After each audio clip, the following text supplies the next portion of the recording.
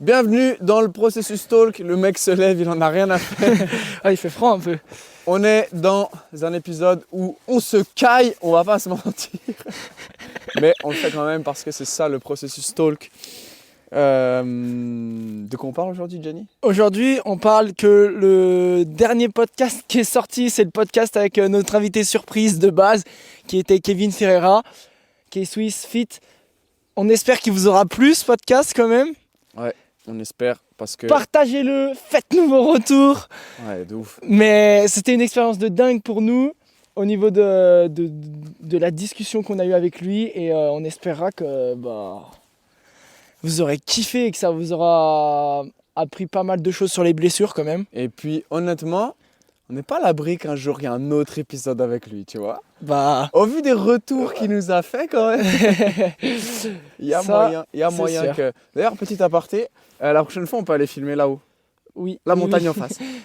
Le Grand Colombier. Le Grand Colombier. Absolument. Pour ceux qui veulent venir visiter les lieux où on tourne.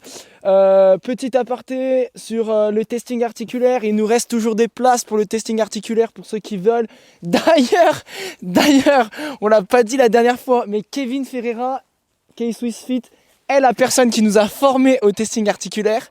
En partie, ouais. On lui a montré notre testing articulaire. Il a kiffé. Il veut qu'on lui envoie le fichier, sur lequel on a travaillé pendant à peu près une semaine. Ouais. Si ce n'est plus. Ouais, si ce n'est plus. Ouais. Enfin bref. Petit instant à promo quand même. Donc, on a parlé des testings. Moi, j'ai toujours quelques places en coaching en ligne. Donc, n'hésite pas à me contacter si tu veux. Si tu commences à stagner dans tes performances et puis que tu veux, continuer de progresser, assurer ta longévité. Moi, je t'accompagnerai là-dessus via la mobilité, l'entraînement articulaire. Et puis, si tu as besoin de faire un testing aussi en distanciel, c'est possible. Donc, contacte-moi pour ça. Et puis toi, Gianni? Moi, c'est sur tout ce qui est programmation pour les sports d'endurance, trail, running, vélo, cycliste. La saison de ski, de rando, ski d'alpi commence à s'éteindre progressivement, donc voilà. Regarde la neige autour de nous. Mais, il y en a beaucoup, hein. Mais, la saison des courses pour les sports d'été va bientôt arriver, donc c'est le moment de se préparer. Donc n'hésite pas à me contacter si tu as besoin. Et il nous reste une place de coaching en collaboration. Voilà, en collab. Donc sport d'endurance et préparation physique pour ce sport d'endurance. Distanciel ou présentiel sur Genève, Haute-Savoie, Savoie. Il nous reste une place de coaching, donc c'est la tienne. C'est la tienne. Aujourd'hui, on va parler des datas, des outils de mesure pour ces datas et de l'interprétation de ces données que tu peux avoir. Parce qu'il y a plein d'outils sur le marché, il y a plein de données différentes, il y a plein de choses, ça caille mec, j'ai froid. Ouais, c'est vraiment froid. Il y a plein de data différentes. On est désolé si on renifle. Plein d'outils différents, mais on ne sait pas forcément comment les utiliser. Donc c'est simple, on a fait une liste, et on va prendre chaque outil. Non exhaustive. Une liste non exhaustive. Non exhaustive, c'est important. C'est bon, c'est pas une liste. C'est bon, tu sais ce que ça veut dire exhaustive. C'est pas une liste. C'est pas une liste. C'est une liste non exhaustive. Non exhaustive. Non-exhaustive. Quand tu dis que quelque chose est exhaustif, c'est-à-dire que c'est complet. Donc ça veut dire que qu'on n'a pas tout listé. Ah bah oui, évidemment, mais parce ça... que déjà, on connaît pas tout, parce que le podcast... Quelle aberration de le dire, dirais-je.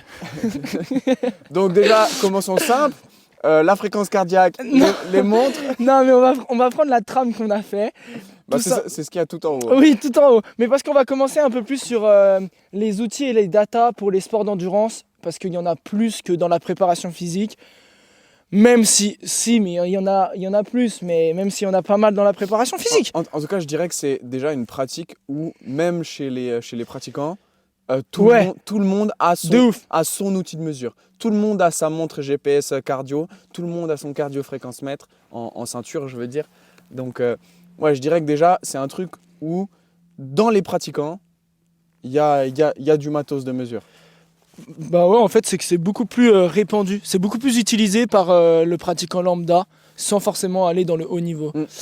Enfin bon, on commence tout de suite. Premier outil de mesure, les montres GPS avec capteur de fréquence cardiaque intégré. Oui, oui, oui, monsieur, vous avez bien entendu. Elle fait le café et elle... Bon, alors, toi qui es spécialiste, est-ce que tu peux nous donner ton avis? Alors, je vais être franc là-dessus parce que ça m'énerve un petit peu ce sujet. Est encore mal compris par la plupart des utilisateurs de ces montres. C'est vrai que je te sens énervé là. Non, en fait, c'est pas un énervement, c'est juste aussi qu'il y a de l'incompréhension et que les gens sont mal sensibilisés à cause du marketing en fait. Ouais, du marketing. En gros, si vous voulez, les marques vous vendent que vous avez un capteur intégré à vos montres qui va prendre ta fréquence cardiaque. Alors oui, ça prend la fréquence cardiaque à plus ou moins 60 BPM. Donc en gros... En gros, tu peux être, si tu es à 180, tu peux être aussi à 240 ou à 120 BPM. Tu seras plus précis avec tes deux doigts. Non mais c'est vrai. Arrêtez d'acheter des montres. Non, ça c'est pas vrai. Si on prend les points forts des montres, parce qu'il y en a pas... Enfin, il y en a, mais pas énormément. Ça te permet de juste déjà calculer ton kilométrage par semaine, par mois. Important. Ouais. D'avoir un tracé, c'est sympa aussi d'avoir un tracé sur une map. Ouais, tracé GPS. Voilà, tracé GPS. Là-dessus, c'est très très fiable au niveau du tracé GPS. Et pour ceux qui aiment se balader ou voyager, tu peux importer des itinéraires et ça te fait office de boussole en fait. Tu as ton itinéraire, tu es dans une intersection, ça te dit tourner à droite, tourner à gauche. Donc voilà, ça c'est très très très très intéressant et ça te permet aussi du coup de calculer le dénivelé. Donc c'est un bon tracker. Est-ce que ça te donne tes... Moi tu vois, j'ai pas ce genre d'outil. Est-ce que ça te donne aussi par exemple ta vitesse, ton allure? Oui, ça te donne l'allure, ouais, effectivement. Oui, quand tu cours, ça te donne ton allure. Ça c'est pas mal, par exemple si tu fais une petite Irox, tu vois. Ouais, ou même quand tu fais ton endurance fondamentale ou tes séances d'intense. En vrai pour l'Irox ça marche pas parce que généralement le Ah oui, signal t'es en intérieur, ça prend pas. Ouais, effectivement. Mais voilà, tout ça, c'est des mesures qui sont assez fiables et assez intéressantes. Mais tout le reste? Ouais, mais tout le reste. Mais aussi, il faut quand même avoir un esprit critique. Enfin, c'est-à-dire, moi j'ai déjà eu des gens qui sont venus me voir, qui m'ont dit j'ai fait cette montagne-là en courant, je connais la montagne, elle fait 600 mètres de dénivelé, la montre affichait 1200 de dénive. Tu vois, il faut se méfier aussi. Non mais c'est le GPS, il était pas bien. Méfiez-vous, il faut mettre vos montres. Il faut mettre vos montres à jour, c'est important, parce que sinon, au bout d'un moment, les données sont faussées. Donc, toutes les données, allure, dénivelé, kilométrage, durée, parce que ça te fait aussi chronomètre, itinéraire, boussole, tout ça c'est assez juste. En revanche, c'est ce point-là qui est important à comprendre, c'est l'intégration du capteur de fréquence cardiaque. Ça, c'est du bullshit. En gros, on peut expliquer un peu comment ça marche. C'est les capteurs généralement avec une LED verte. Ouais. Et en gros, l'idée c'est que cette lumière, elle traverse ta peau et tes vaisseaux sanguins. Et comment expliquer ça simplement? En fait, tes molécules, comment ça s'appelle? L'hémoglobine, voilà. C'est cette molécule-là qui, dans ton sang, transporte l'O2. Et en gros, quand ta molécule, elle est chargée en O2, elle n'est pas de la même couleur que si elle est pas chargée. Elle n'est pas la même forme. Elle n'a pas la même forme. Voilà, et donc du coup, la lumière ne revient pas de la même façon. Voilà. Okay, vraiment, c'est très vulgarisé. Et donc du coup, quand tu fais des estimations de saturation en oxygène, de choses, tout ça, c'est comme ça en fait que ça mesure. C'est via la lumière. Ouais. C'est comme la technologie NIRS, ça s'appelle. Near Infrared Spectroscopy. Il manque une lettre là. Voilà, bref. En gros, c'est à peu près comme ça que fonctionnent les montres. C'est la spectroscopie au proche infrarouge. Voilà, en français. Pour ceux qui sont intéressés et qui veulent chercher un peu plus de donc ça, sujet. Donc ça, c'est pas super fiable. Non, mais alors le NIRS, par contre, je crois que c'est pas sur les montres. Hein. C'est sur les Moxi Monitor. Ouais, sur les... Ok. C'est pour calculer justement l'oxymétrie musculaire, voilà, donc tout ça. Sur les montres, à vrai dire, moi je ne vais pas m'avancer sur ce sujet, je sais même pas comment ça fonctionne. Bah, je crois que c'est la même chose. Je pense que c'est la même chose parce que vu qu'il y a une lumière, ça doit être quasiment la même chose. Après, peut-être que la technologie n'est pas aussi poussée pas aussi performante. Mais... Donc voilà, bref. C'est la même chose. Tout ce que je peux vous dire, c'est que le capteur, déjà, il faut qu'il soit ultra proche de ta peau. Ok. Ouais. Et dans la plupart des sports que tu pratiques, ta montre n'est pas forcément très bien serrée et il y a énormément de mouvements au niveau des poignets. Si tu prends l'exemple de la musculation ou des sports en salle, bah, tu vas tout le temps manier quelque chose avec tes mains, bouger une barre, modifier ta posture dans l'espace. Du coup, ça fait bouger ta peau. Voilà, ça fait bouger ta peau et aussi tout simplement la montre. Ouais. Sans aller chercher trop loin. Est-ce que ça te donne quand même un ordre d'idée des mesures que ça donne alors, ou alors même ça, c'est un ordre d'idée qui... En fait, si tu veux, il faut être franc, non, ça donne pas d'ordre d'idée. Pourquoi ? Parce que sinon, il y a des personnes qui vont se dire oui, mais ça donne un petit ordre d'idée et tout, et si c'est à 175 BPM alors que je suis dans mon canapé, peut-être que, tu vois, c'est juste. Non, vraiment, ne vous fiez pas. Si tu prends ta fréquence cardiaque avec le capteur FC de ta montre, ne te fie pas à ça. J'ai déjà vu des montres qui sont assez fiables, mais ne te fie pas à ça, c'est important. Parce que tu auras toujours une marge d'erreur qui est énorme en fait. Donc autant travailler au RPE en fait. Voilà, autant travailler au RPE. Mais sinon, au-delà de ça, en fait, tout simplement, autant travailler au capteur de fréquence cardiaque, la ceinture de fréquence cardiaque en fait. Et là, du coup, ça c'est beaucoup plus fiable. La technologie n'est pas du tout la même. Ouais, c'est pas du tout la même. La technologie, en gros, j'explique un peu, tu vois, ouais, parce que c'est simple. Mais en gros, au niveau de ton cœur, t'as déjà remarqué que ton cœur, il bat tout le temps, même quand tu dors ? Non. Si, je te jure. En fait, en gros, c'est un peu comme si le cœur, il fonctionnait de manière automatique. Il fonctionne de manière automatique. Après, ton cerveau, il régule quand même des choses. Tu as vu, quand tu es stressé, ta fréquence cardiaque, elle augmente. Enfin bref, des choses comme ça. Mais tu as des cellules au niveau de ton corps, ça s'appelle des cellules cardionectrices, qui en gros balancent des courants électriques et qui font que tes cellules cardiaques, donc tes cellules musculaires, viennent se contracter. Et donc, tu as cette fameuse diastole-systole, donc ton cœur se contracte. Boum, boum. Ton cœur se contracte et envoie le sang à l'organisme. Et donc, que fait un cardiofréquencemètre, une ceinture ? En fait, elle mesure ses courants électriques. C'est exactement ça. Voilà. C'est juste, en gros, pour que ton muscle il se contracte, il y a un courant électrique. Et s'il y a plus de courant électrique à la seconde, il y a théoriquement plus de battements par minute. Donc en gros, ça je sais pas, parce qu'il y a forcément un algorithme derrière ça, tu vois. Oui, carrément. Le courant, il va à telle vitesse, donc ça veut dire que... Mais bon, bref, en gros, c'est comme ça que ça marche. Ça mesure les courants électriques de ton cœur. Déjà, c'est placé beaucoup plus proche de la partie thoracique, donc beaucoup plus proche du cœur. Donc la dissipation d'énergie est bien moins... il y a bien moins de chances qu'il y ait d'erreur parce que c'est très très proche de l'endroit où le cœur bat. La surface en contact avec la peau est beaucoup plus grande parce que c'est quasiment en contact avec la peau sur là où il y a les capteurs, parce que tout le reste, oui, c'est une ceinture, mais c'est quasiment en contact avec la peau sur une trentaine de centimètres. Donc c'est beaucoup plus fiable aussi. Ouais. Mais évidemment, il y a des moments où ça bug. Quand il y a un manque de batterie, des fois, c'est pas très juste. Quand les piles sont en fin de vie, pareil, c'est pas très très juste. Si ta ceinture bouge ou descend au niveau de l'emplacement où elle devrait être, c'est pas très très fiable non plus. Enfin voilà quoi, c'est très fiable 95% du temps, mais il y a certaines situations où c'est pas très fiable. Évidemment tout ça va dans l'eau aussi, donc c'est fiable pour les personnes qui font de la natation. Ouais. Et j'ai même envie de te dire que c'est encore plus fiable parce que on te demande de mouiller les électrodes. En fait, c'est comme des électrodes quand tu vas chez le médecin. Voilà, c'est exactement pareil. Et on te demande de mouiller les électrodes. Et quand les électrodes sont mouillées, le signal est mieux transmis. Parce qu'on sait que l'électricité va encore plus vite dans l'eau.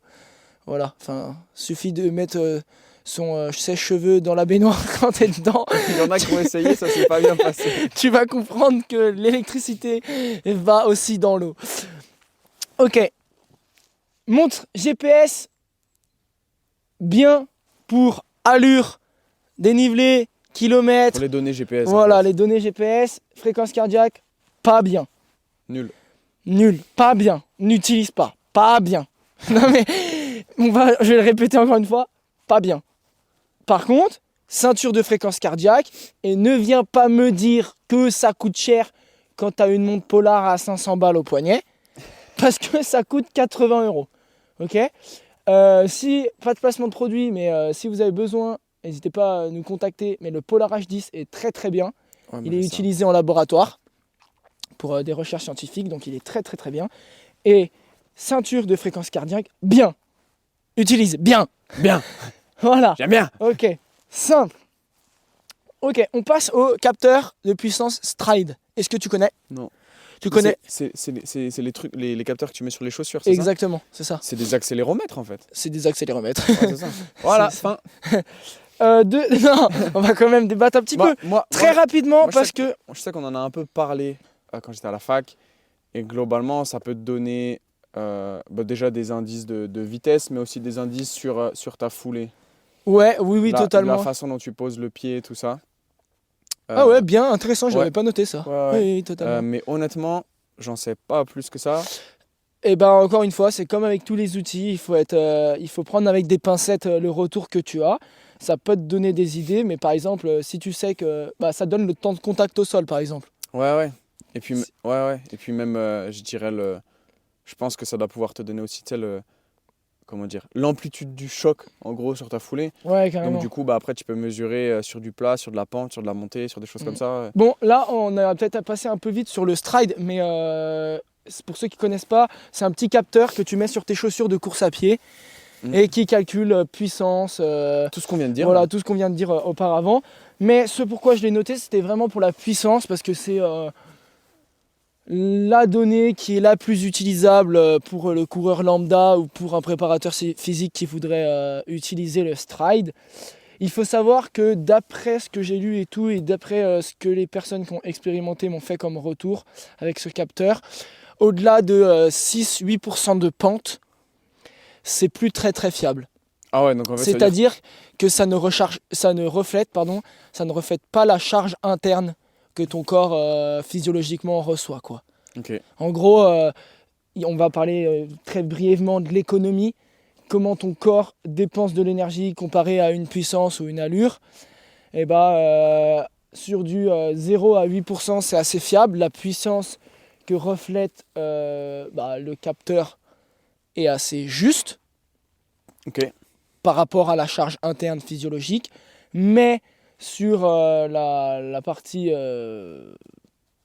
au-dessus de 8% de pente, si tu n'es pas très économique à ce gradient, au final, c'est pas très très juste. Ça te donne une donnée, mais par exemple 200 watts à 15 degrés de pente ou 200 watts à 0 degré de pente, oui, c'est 200 watts, mais pour ton corps, en réalité, c'est pas forcément 200 watts. Okay. Donc ça, il faut l'expérimenter et il faut vraiment le répéter dans le temps et voir comment les valeurs peuvent être interprétées en fonction de toi et en fonction d'un large panel d'individus. Donc voilà. Mais enfin bref, la donnée la plus utilisable avec ce capteur Stride, c'est la puissance. Potentiellement mieux sur des gradients de pente inférieurs à 8%. Et encore une fois, ça peut te permettre de travailler par exemple en course à pied avec la puissance critique. Au lieu de travailler qu'avec la vitesse critique, ça te permet d'avoir une valeur en plus. Donc de travailler avec allure, fréquence cardiaque, puissance et ressenti.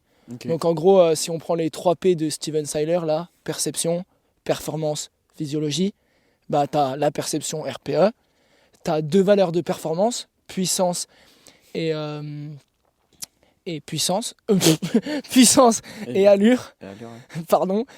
Et le dernier, c'est la performance. Non, j'ai dit quoi? Mec, je me suis embrouillé. Perception, performance, physiologie, et physiologie, tu as la fréquence cardiaque. Voilà.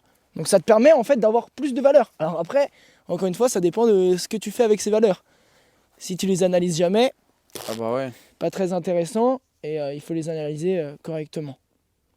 On passe au prochain. Ouais. Moi, c'est vrai que c'est que des outils que j'utilise pas beaucoup. Moi non plus, j'utilise pas beaucoup, mais c'est juste, je suis un peu sensibilisé dessus et à terme, j'aimerais bien les utiliser quand même. De toute façon, je le dis direct, ce podcast, on le refera quand on les aura utilisés et qu'on les aura séchés. Au final, toi, tu utilises beaucoup l'AFC. Beaucoup l'AFC. L'AFC et après... Et l'allure. Ouais, voilà, ouais. AFC et l'allure, énormément. Les infos GPS, ouais. J'ai lu pas mal de trucs, mais encore une fois, ma pratique ne complète pas ma théorie. Donc c'est que de la théorie là, ce que je dis. J'ai lu pas mal de trucs sur le capteur Stride Et j'ai lu pas mal de trucs sur le prochain outil qu'on va utiliser, l'analyseur de lactate. Même ça, toi, tu es énormément sensibilisé à ça quand même. Alors du coup, l'analyseur de lactate, comment ça fonctionne? C'est quoi? Je ne sais pas si c'est le même outil, mais en gros, il y en a un que tu peux prendre au doigt et l'autre que tu peux prendre à l'oreille. À l'oreille, je crois que c'est pareil. C'est le même, ouais. Ok. Bah, du coup, c'est simple, hein, c'est à l'effort. Tu viens, en gros, c'est un outil avec une sorte de petite aiguille que tu viens planter soit dans le doigt, soit dans l'oreille. Tu récupères du coup une goutte de sang. Une goutte de sang. Et du coup, ben, tu évalues le lactate, la lactatémie. La lactatémie dans le sang. Donc le taux de lactate dans le sang. Et qui n'est pas de l'acide lactique. Oui, et qui n'est pas tout le lactate que tu produis. Là, c'est cette valeur de lactatémie que tu as suite à la prise de lactate avec l'analyseur de lactate. Tout simplement, c'est la lactatémie qui est en flux. En gros, si on prend... Qui est dans le sang. Dans le système, en fait. Voilà, ouais. En gros, très vulgairement, imaginez que quand tu es à l'effort, tu as un produit, on va imaginer que ce produit, c'est le lactate, on va imaginer qu'il est liquide, d'accord? Donc, il peut aller dans toutes les parties de ton corps. Il y a certaines parties de ton corps... Pardon. Il y a certaines parties de ton corps qui utilisent le lactate parce que non, ce n'est pas un déchet. Non. Non, ce n'est pas un déchet. Donc il y a certaines parties de ton corps qui utilisent ce lactate. Donc imaginons que tu produis 10 litres de lactate. Il y a peut-être 8 litres de lactate qui est utilisé par ton corps. Et au final, il n'y a que 2 litres qui est en flux dans le sang. Et donc nous, avec cet analyseur de lactate, on peut voir ce qui reste dans ton sang. Et en fonction de l'intensité à laquelle tu es et en fonction de ta capacité à recycler le lactate, il y aura plus ou moins de lactate dans le sang. Et à quoi ça sert? Nous, on l'a testé, pareil, quand j'étais en études, sur des tests d'effort sur vélo. Et en gros, notre but, c'était de déterminer le MLSS, c'est le Maximal Lactate Steady State.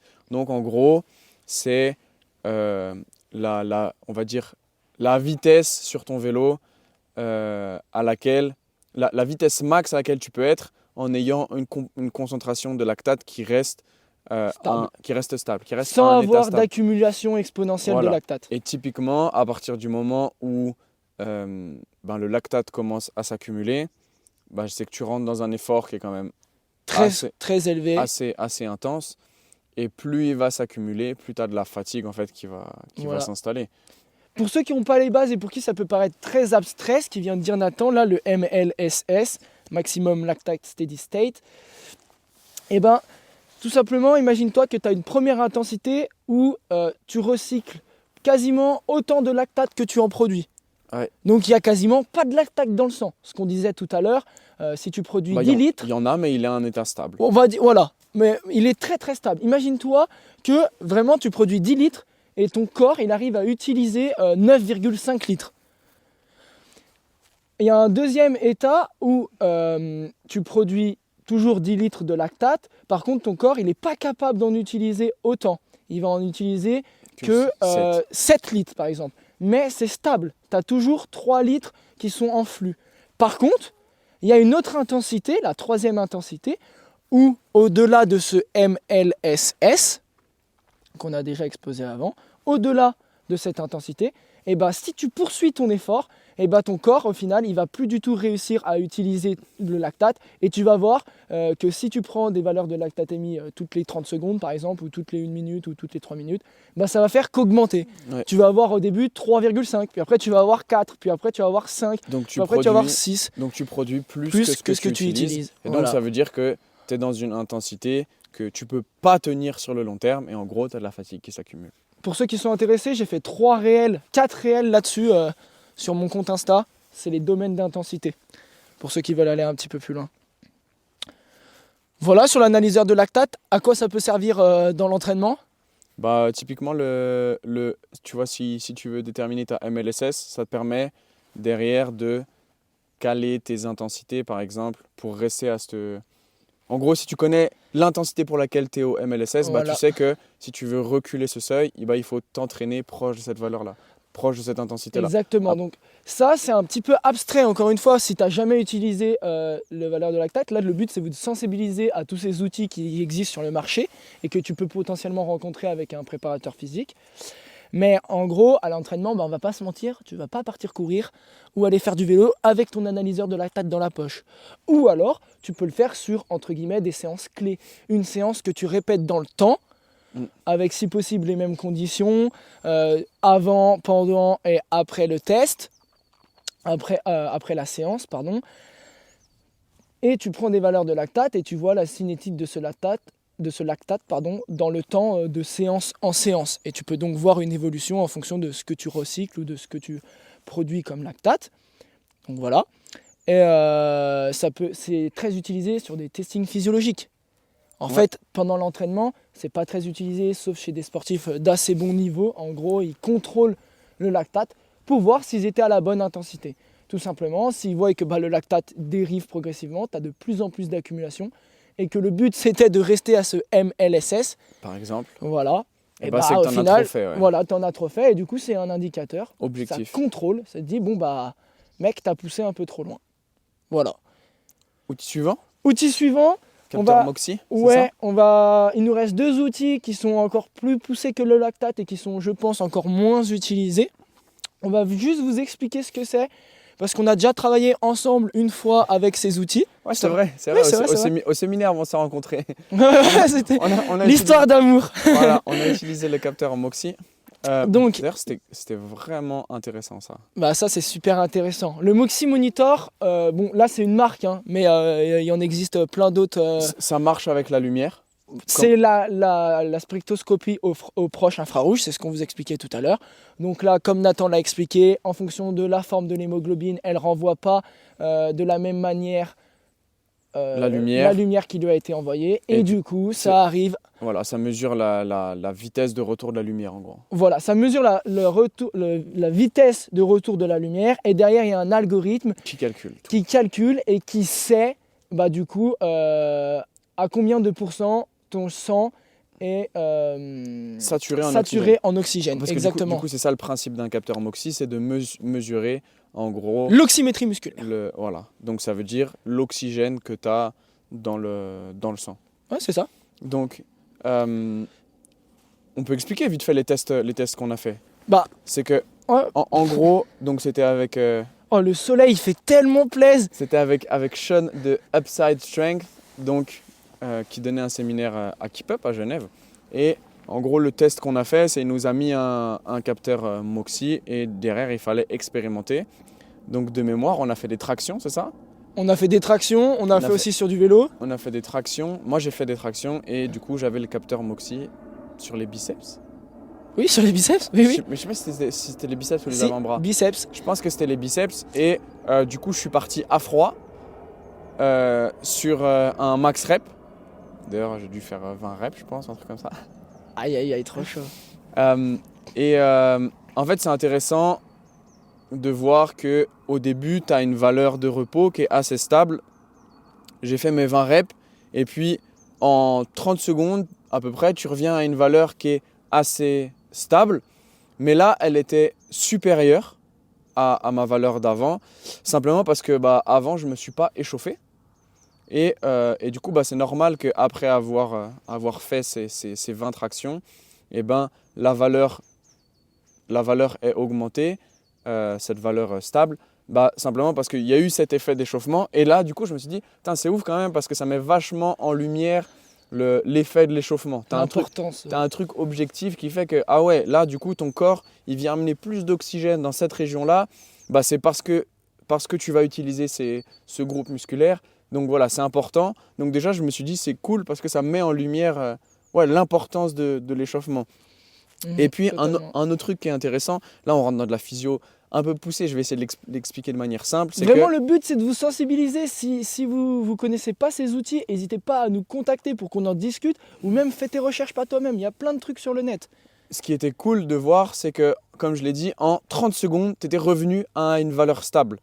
Et en fait, ça, dans la physiologie du corps, en gros, tu as plusieurs filières qui te permettent de créer des molécules d'énergie. Okay, ces molécules d'énergie, elles sont nécessaires pour que ton muscle se contracte. Pour produire l'énergie. Voilà, exactement. Donc si tu n'as pas ces molécules d'énergie, ton muscle ne se contracte pas. En gros, c'est ça. Et il y a une de ces filières qui marche avec un composant qu'on appelle la phosphocréatine. Et en fait, on dit que ces stocks-là, ils sont refaits à 50%, 30 secondes après que tu as arrêté l'effort. Et en fait, il se trouve que ces stocks de phosphocréatine sont corrélés avec cette saturation en oxygène. Et donc en fait, tu la vois, cette resynthèse de ces stocks de phosphocréatine qui sont faits très rapidement puisque tu as ton oxygène qui revient très rapidement en 30 secondes. C'est vraiment le temps que ça prend. Lance un chrono et tu verras en 30 secondes chrono, bam, tu es à cette valeur cette valeur stable en fait. Donc tu as récupéré d'un point de vue oxygène. Après voilà, quand tu t'entraînes, il n'y a pas que le côté oxygène, il y a d'autres paramètres qui rentrent en jeu. Mais bref, j'ai trouvé que c'était assez intéressant de voir ça et de dire ah ouais, en fait, il y a vraiment cette corrélation phosphocréatine-oxygène quoi. C'est ouf comment chacun sélectionne ses informations parce que tu vois, moi je me souvenais tellement pas de ça. Ah ouais, moi parce je que moi je suis dans les sports d'endurance, du coup je me suis tout souvenu de ce qu'on a fait sur le vélo. Ouais. Sur le vélo, genre c'est tout dans ma tête, je sais précisément tout ce qui s'est passé, mais ça je m'en souvenais plus. Et toi, vu que t'es intéressé par ça, c'est vrai. Mais du coup, moi je vais vous parler de mon expérience sur le vélo. En gros, Nathan l'a bien expliqué, mais l'oxymétrie musculaire, c'est la saturation de ton sang en oxygène. Au repos, là, si on se met un oxymètre de pouls au bout du doigt, on est aux alentours de 97 et 99% de saturation. Donc quasiment toute l'hémoglobine contient de l'oxygène.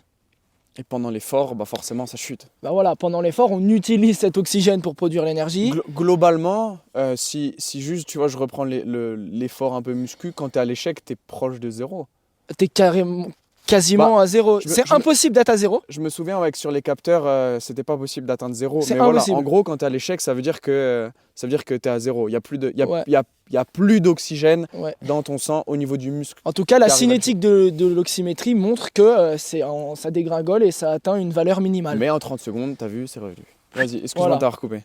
Enfin bon, du coup, ce qui est intéressant, c'est de voir qu'en fonction de ces différentes intensités qu'on parlait juste avant avec le lactate et que tout est corrélé, c'est que en fonction de l'intensité où tu es, tu vas pouvoir maintenir des valeurs soit stables et élevées d'oxymétrie. Exemple, au lieu d'être à 99% de saturation, tu vas être à 70% de saturation, mais pendant 2 heures, ça va être stable. Ouais. Mais tu vas utiliser de l'oxygène, donc tu n'es pas à 99%. Deuxième intensité dont on parlait tout à l'heure, c'est un peu comme le lactate en fait. Et au lieu d'utiliser que 70%, tu vas utiliser 50%. Donc tu vas être à 50% de saturation, mais tu vas te rendre compte qu'au final, si tu restes longtemps dans cet effort, tu vas juste utiliser plus d'oxygène, mais tu vas rester à 50%. Ou alors tu vas utiliser de plus en plus d'oxygène. Donc ta saturation va diminuer, mais très progressivement. Il va te falloir 1, 2 heures, 3 heures, et puis au final, tu vas avoir un décrément de 2, 3, 4, 5%. Donc au lieu d'utiliser 50%, tu vas utiliser 52, 55%. Un décrément, t'es sûr c'est français ? Bah oui. Ok. Ah, je sais pas. Un décrément. Oui, totalement. Ah si, ça j'en suis sûr. Incrément, décrément, on dit ? Bah oui. Ok, pour moi, le décrément, c'est genre des bouteilles de crément, tu sais. C'est le mec qui dit ça alors qu'il boit pas une goutte d'alcool.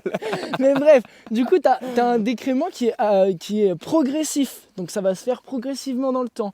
Et à contrario, sur la dernière intensité, déjà, dans les 30 secondes, tu commences, t'as ton oxygène qui dégringole d'un coup sec et qui va se retrouver à 20%. Et si tu continues comme ça, le décrément, au lieu qu'il se fasse sur 2-3 heures, il va se faire sur 10-15 minutes, même pas 5 minutes. Et au lieu d'être à 20%, tu vas te retrouver à 5% de saturation. Donc en gros, tu utilises 95% de ton oxygène que tu as à disposition. Et du coup, c'est ouf de voir que tous les systèmes sont interreliés, qu'en gros, tu as une intensité où tu maîtrises tout est parfait. Une deuxième intensité où, au final, si tu maintiens cette intensité longtemps dans le temps, ça va dériver progressivement vers le désordre. Et une troisième intensité où, dès que tu es dans cette intensité, bam, ça chute. Le désordre, il est instantané, quoi. Et tu sens vraiment que, en gros, ton corps, son but, c'est de rester en vie. Donc, il va te dire stop l'intensité ou je te fais mourir. Donc, c'est grâce à ce genre de mesure qu'on peut déterminer nos 3 domaines d'intensité que tu as parlé sur les réels. En fait, c'est dommage que... Enfin, c'est dommage. Là, on pourrait vous faire un podcast quasiment que sur les domaines d'intensité, mais c'est les bases fondamentales de l'entraînement. Si tu comprends ces 3 intensités-là, tu comprends comment t'entraîner, et selon moi, c'est un peu la base de comprendre comment s'entraîner, tu vois. Et ça fonctionne aussi en musculation. Parce qu'au final, toi, tu as montré que si tu vas à l'échec, tu es très proche de ton 0 en saturation en oxygène. Ouais. Mais si tu restes assez loin de l'échec, tu vas pas descendre aussi bas au niveau de la saturation en oxygène. Non. Tu vas utiliser moins d'oxygène. Ouais, ça marche pareil. Ton corps, il sait pas ce que c'est de pédaler sur un vélo ou faire une traction ou un squat. Au final, c'est la même chose. Stress. C'est la même chose pour lui. C'est un stress. Dernier. Non, pas dernier. Si. C'est dernier. Dernier. VO2 Master. Tu connais ? Je connais rien. Non. Très brièvement, parce que je n'ai jamais utilisé cet outil pour le coup. J'en ai entendu vaguement parler, mais en gros, c'est un masque que tu mets devant ton nez et ta bouche et qui calcule les échanges ventilatoires. Donc pareil, tu as le volume d'air inspiré. Oui, tu en as déjà entendu parler, c'est sûr. Mais en fait, même on l'a testé en cours.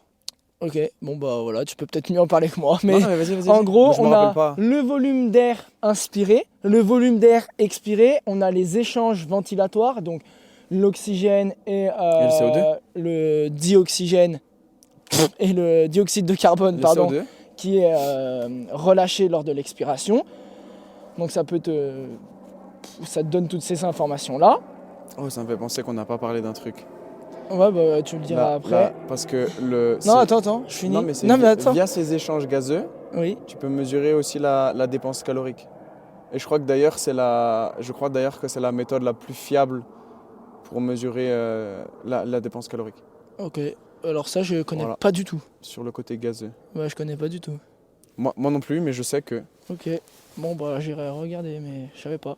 Mais du coup oui, ça calcule en gros, par exemple, tout ce qui se passe au niveau ventilatoire. Oxygène, CO2, fréquence respiratoire, volume d'inspiration et d'expiration. Voilà, ça peut te donner un peu plus d'informations sur la respiration. Je suis en train de me former sur la respiration, donc on va pas s'engager dans un terrain un peu glissant pour le moment. Voilà pour le VO2 Master, c'était assez rapide. Si vous voulez avoir plus d'infos, vous contactez Sean Seal Upside Strength. Lui, il vous en dira plus que nous. Du coup, attends, ça te donne des infos en gros relatives à ta VO2 max ? Oui, totalement. Et du coup, je pense que tu peux parler de la VO2 max dans l'entraînement d'endurance, non ? Ouais, c'est un peu sensible comme sujet. Non, c'est pas sensible, mais... Moi, j'ai l'impression que aujourd'hui... C'est trop surcoté. Voilà, c'est ça. J'ai l'impression que, moi, de mon œil extérieur, c'est qu'aujourd'hui, pendant des années, on a parlé de VO2 max. Et j'ai l'impression qu'en fait, c'est pas ça qui régit le tout. Et qu'au final, juste en rester sur les domaines d'intensité... tu comprends déjà énormément de choses. Je pense que tu as l'essentiel, en fait. En fait, si tu veux, moi, je comprends le principe de VO2 max. Juste... C'est quoi la VO2 max déjà ? La VO2 max, c'est le volume d'oxygène inspiré que tu vas transporter et utiliser pour produire de l'énergie. Voilà. C'est ça. Et au final, à haut niveau, en vrai, tous les athlètes, ils ont la même VO2 max. Voilà, exactement. C'est juste leur économie qui fera... Ce qui va faire la diff, c'est donc peut-être l'économie. Et aussi, il y a le moment où tu vas lâcher les chevaux, tu vois, dans un... Ouais, un peu le mindset. Tu vois, c'est ça, une course de vélo. Ok, au final, sur le papier, on a tous le même niveau parce qu'on a tous la même VO2 max. En gros, on a tous le même moteur. Et vu que pendant des années, on s'est basé que sur la VO2 max, au final, c'est ce que ça voulait dire. C'est que tous les athlètes du Tour de France, au final, ils ont tous le même niveau. Sauf qu'à un moment, tu vas lâcher les chevaux dans une côte, tu vas taper un sprint et tu vois, ça va être ce moment décisif-là qui fait que tu vas faire la différence. Et je parle du vélo, mais en fait, c'est pareil sur une course de trail. Oui, totalement. Donc voilà, en fait, c'était ultra réducteur, je trouve, de parler que de VO2 max. Et je pense qu'aujourd'hui, c'est peut-être pour ça qu'on l'utilise moins. En fait, aussi, c'est que c'est une valeur, mais tu peux tellement pas l'utiliser à l'entraînement. C'est juste un marqueur, en fait. Tu peux pas l'utiliser à l'entraînement. le lactate, ok, c'est chiant à utiliser, mais tu peux le faire de temps en temps. Le Moxy, c'est absolument pas chiant à l'utiliser et tu peux le faire régulièrement. Le VO2 Master, c'est un peu plus chiant, mais sur des tests, bah du coup, tu vois, ça te donne la VO2 max et ça peut être intéressant de l'utiliser de temps en temps à l'entraînement. Je sais que par exemple, sur le marathon du Mont Blanc. Mais est-ce que tu l'utilises à l'entraînement ou plutôt sur du testing? Le VO2 Master? Ouais. Plutôt sur du testing, ouais, voilà, mais je sais qu'il y a une course qui a été faite, le marathon du Mont Blanc, où il y a un gars qui a fait toute la course avec le VO2 Master. Ok. Toute la course, les 4-5 heures de course, il l'a fait avec le... Voilà, je te laisse imaginer la transpiration dans la bouche. Mais bref, en gros, pour moi, c'est juste qu'à l'entraînement, tu peux pas l'utiliser. Je vais courir à 50% de VO2 max, ok. Déjà, même tous ces outils, en vrai, il faut quand même déjà pratiquer à un certain niveau, je pense, pour que... Non, ça, je suis pas d'accord avec toi. Ah ouais? Ouais, moi je trouve que justement, ça serait intéressant pour la population générale d'utiliser ces outils juste pour en fait qu'ils se rendent compte de ce qui se passe dans leur corps. Ouais. Tu vois, parce que tout le monde pourra dire ah bah je cours vite, c'est difficile. Oui, mais au niveau de ton corps, qu'est-ce qui se passe? Bah tu vois que là, c'était facile, le lactate c'était comme ça, la ventilation c'était comme ça et l'oxymétrie musculaire c'était comme ça. Ouais, regarde, on a augmenté ton allure, t'avais moins d'oxygène dans le sang, t'avais plus de lactate et la ventilation elle a augmenté. Et puis on a augmenté, on est allé à fond et t'as vu le lactate et il était à balle, il y en avait plein. L'oxymétrie elle était tout en bas et la fréquence respiratoire elle était au max. Tes échanges ventilatoires ils étaient au max. Oui. Et ça permet de, en gros, un petit peu objectiver tout ce qui est subjectif. Ouais, je vois ce que tu veux dire. Ouais, c'est l'éducation physiologique. Ouais, c'est ça. Bah, c'est ce que je vends en fait. Ah ouais, je sais. C'est ce que je vends. L'éducation à la physiologie. D'ailleurs, réserve ta place maintenant. Ouais, exactement. Pour déterminer tes domaines d'intensité. Ouais, non mais je vois très bien. Ok. Enfin bref, on a un peu fait le tour là-dessus. Ouais. On passe aux outils de mesure pour la salle ou pas? Moi, je me demande si on ferait pas une deuxième partie. Ouais, un deuxième podcast. Parce que j'ai peur que ça perde les gens. Donc je pense qu'on peut conclure cet épisode-là. Je voulais juste rajouter un truc, parce que si on continue pas, ça me prend 5 minutes à le dire. Et c'est par rapport à la fréquence cardiaque et par rapport aux zones d'entraînement qui sont prédéterminées. En fonction des zones cardiaques, voilà. de fréquence cardiaque. Non, en fonction de la montre que tu achètes. Tu sais, quand tu achètes une montre, tu vas faire un sprint à bloc, tu vas monter à 200 BPM et ça va te déterminer des zones par rapport à ça. Ok. Arrêtez de vous baser à ces zones de fréquence cardiaque de l'application. C'est faux. Vraiment, c'est comme la fréquence cardiaque au poignet.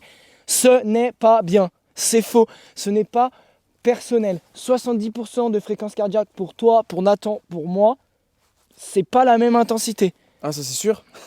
Non, mais c'est pas la même intensité. Ça se trouve qu'à 70%, moi je suis à 130 BPM, 140 BPM en zone 2. Et ça se trouve que toi, 70%, t'es déjà passé dans la deuxième intensité dont on parle depuis tout à l'heure. Donc ne vous fiez pas à ces zones cardiaques. J'ai déjà entendu des gens qui m'ont dit Gianni, j'ai regardé sur ma montre, j'ai fait 1h30 en zone 5. T'es au courant que la zone 5 c'est 45 minutes max? Mais du coup ça veut dire aussi, même si tu le fais, tu vois, typiquement moi j'ai mon cardio-fréquence-mètre sur l'application Polar, il te donne aussi des zones d'entraînement en fonction de la fréquence cardiaque. Ça veut aussi dire que même ces zones-là, elles sont pas fiables. Ah mais c'est ça dont je parle, ça c'est pas fiable. Voilà. Ça c'est pas fiable. Oui, mais parce que tu parlais uniquement des montres au poignet, mais ça veut dire que même si tu la prends avec un cardio-fréquence-mètre, ah oui, en gros les zones d'entraînement basées sur la fréquence cardiaque, elles sont pas justes. Parce que c'est des pourcentages déjà d'une fréquence qui est déjà maximale, qui a été testée potentiellement. Voir si tu n'as jamais fait une fréquence cardiaque maximale, c'est par rapport à ton poids, ta taille, ton sexe et ton âge. Donc voilà, c'est pas fiable du tout. Et puis surtout, la fréquence cardiaque, elle varie en fonction de plein de choses. Elle est quand même corrélée à tout ton système nerveux et donc en fonction de ton humeur, ton niveau de stress, de fatigue, ton alimentation, ton hydratation, bam, ta fréquence cardiaque, elle peut varier selon tout ça. Et donc aujourd'hui, tu es à 150 BPM et le lendemain, tu seras pour le même effort à peut-être 180. Bon, j'ai dit un truc. Ouais, c'est une aberration, mais c'est pour que vous compreniez. Mais voilà, c'est juste pour illustrer, ouais. Donc voilà, ça varie beaucoup trop et c'est ce qui fait que du coup c'est pas assez fiable pour l'entraînement en endurance. En tout cas, pas que la fréquence cardiaque. Non, si, alors attends, en fait c'est ça que j'essaye de dire ok, tout à l'heure. En gros, non mais en fait on s'est mal compris. En gros, voilà, c'est moi qui me suis mal exprimé. Les zones qui sont préfaites dans les applications. Ouais. Peu importe que ce soit pris à la montre, t'as déjà bien compris qu'à la montre c'est nul, ça fonctionne pas. Et si tu l'as pris au cardio-fréquence-mètre, c'est pareil. Quand c'est prédéfini dans l'application, ça c'est faux. Okay. C'est pas par rapport à toi-même, c'est un algorithme, c'est faux, ok ? Par contre, les zones de fréquence cardiaque, si tu fais un testing physiologique, une éducation à la physiologie, ou bref, peu importe, et que derrière, ton coach t'a déterminé des zones d'entraînement en fréquence cardiaque ça marche. Par rapport à toi, ça c'est juste. Ah ouais. C'est simple. Même si ta fréquence cardiaque, elle varie en fonction de tout le côté nerveux. Ça, c'est, on va dire, c'est au coach d'avoir l'esprit critique pour se dire ok, là il a dérivé, ok, là il était pas en forme. Exemple concret pour qu'ils comprennent. Je prends jamais la voiture. Ouais. Je prends jamais la voiture. Si je pars de chez moi et que je vais courir et que je fais ma zone 2, je vais être tranquille, je vais être aux alentours de 135-138 BPM. Ok. Ultra light. Voilà, j'ai une fréquence max à 205, donc pour moi c'est light. Je dois avoir un SV1 à 150, tu vois, 155, donc c'est light. Ok. Je prends ma voiture, je fais 30 minutes de route, il y a les bouchons, je gueule dans tous les sens parce que je déteste la voiture et que c'est jamais un stress auquel je suis exposé. Je sors de ma voiture, je fais une zone 2, bah je vais être tout de suite à 140, 143. Alors c'est pas beaucoup de plus, mais c'est pas ma zone 2 de base. Et pourtant, je suis quand même en zone 2. Ouais. C'est juste que ce stress-là, je sais que bah voilà, j'ai eu un stress en plus, et voilà. Et pareil sur la dérive, si tu maintiens cette zone 2 pendant 5 heures, peut-être qu'à la fin, tu as commencé à 140 BPM. Mais à la fin, tu seras à 155. Mais peut-être qu'au final, tu es toujours en zone 2 en fait. Mais est-ce que mais c'est dans ce sens-là, travailler uniquement avec la fréquence cardiaque, du coup, c'est peut-être pas suffisamment fiable, et donc tu travailles derrière avec du RPE et de la vitesse. Du ressenti, de la vitesse et de la fréquence cardiaque en prenant en compte tous ces phénomènes physiologiques qu'on connaît nerveusement et tout. Mais donc pour toi, travailler uniquement avec la fréquence cardiaque, ça peut être suffisant. Ça peut être suffisant. Je te prends l'exemple du trail. T'irais pas corréler ça avec un RPE et un... Ah si, avec un... Oui, non, voilà, oui, quand je te dis que la fréquence cardiaque.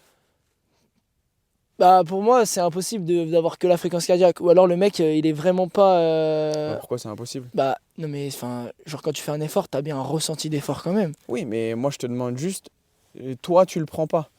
Le mec juste il se base sur sa zone qu'il a déterminée.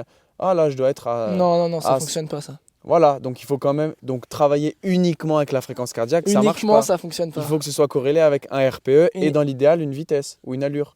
Et dans l'idéal, une vitesse, une allure, et on en revient à ce que je disais tout à l'heure, les 3 P de Steven Seiler. Performance, allure, physiologie, fréquence cardiaque, perception, ressenti d'effort, RPE. Bon, on voulait parler uniquement des outils de mesure et au final, on a même parlé entraînement en endurance. Oh, ouais. Voilà. Mais je pense que c'est bien qu'on garde l'autre partie pour un autre podcast. Ouais. Les outils de testing, on va dire un peu. Attends, mais je voulais revenir là-dessus, mec. C'était trop bien. En fait, c'est intéressant ta question. Est-ce que c'est... Travailler qu'avec la fréquence cardiaque ? C'est intéressant. En fait, pour moi, ça me paraît impossible. Mais dans un sens, j'aime bien prendre le trail parce que c'est ultra complexe. Dans un sens, le trail, t'as la météorologie qui rentre en jeu. Ouais. T'as le terrain. T'as la pente. Le terrain et la pente, c'est différent. C'est... le gradient, c'est la pente, et le terrain, ça peut être cailloux, terre, sable, boue, mouillé, pas mouillé, instable, pas instable. Ouais, il y a du sable là. Oui. Instable. Instable. Instable. Tu veux dire le Bosu, c'est ça? Les fentes sur Bosu. Bientôt, tu vas voir, ils vont faire des trucs instables sur Bosu avec des assiettes. Et jongler avec en fente. Un bâton du diable, tu sais. Enfin bref, le trail c'est un bon exemple pour ça parce que tu as plein de paramètres. Ouais. Donc ta fréquence cardiaque est influée par plein de paramètres. Ah ouais. Mais ton ressenti aussi est influé par plein de paramètres. Parce qu'il y a des gens, ils vont être sur un gradient de pente à plus de 15%, ils sont super bien, mais tu les mets sur le plat, ils aiment pas. Et puis tu as un autre mec, de 0 à 15%, il est trop bien, mais dès que ça passe 15%, mec, les jambes elles sont gorgées, c'est trop dur. Tu vois ce que je veux dire? Ouais. Et du coup, si tu travailles qu'avec l'AFC, c'est impossible. Mais tu ne peux pas travailler avec une allure. C'est impossible. Ouais. Même une allure ajustée à la pente, oubliez, c'est impossible. Ça veut dire qu'il faut que ta montre, elle te renvoie le gradient de pente dans lequel tu es actuellement et l'allure à laquelle tu cours dans le gradient de pente. Et que toi, tu aies tous tes chiffres en tête, à te dire, ma zone 2 sur ce gradient de pente, elle est de temps. Non, mais mec, ça fonctionne pas. Donc du coup, tu travailles au ressenti corrélé à la fréquence cardiaque. Et là, du coup, tu as le plus de choses. Après, par expérience, je peux te le dire, si tu cours souvent aux mêmes endroits, tu peux regarder ton allure. Ouais. Tu sais qu'à cet endroit-là, en zone 2, je passe à tant d'allure. Et même potentiellement, au lieu de faire des endroits bien précis, il faut faire au kilomètre. Par exemple, tu sais que sur ce kilomètre-là de cette montée, en général, je le monte en 8 minutes au kilomètre. Bah voilà, je sais que sur un zone 2, moi... T'es lent, hein. Ah bah ouais, je suis Là, lent. je regarde. Quand c'est à 10 à 15% de pente, ça va quoi quand t'es à 135 BPM. Bon bref, on s'écarte un peu du sujet de base. Non, ça écarte pas, Mais on pourrait en parler des heures de ça, on pourrait en parler des heures. D'ailleurs, on va faire un podcast là-dessus, c'est dit. On va faire un podcast là-dessus.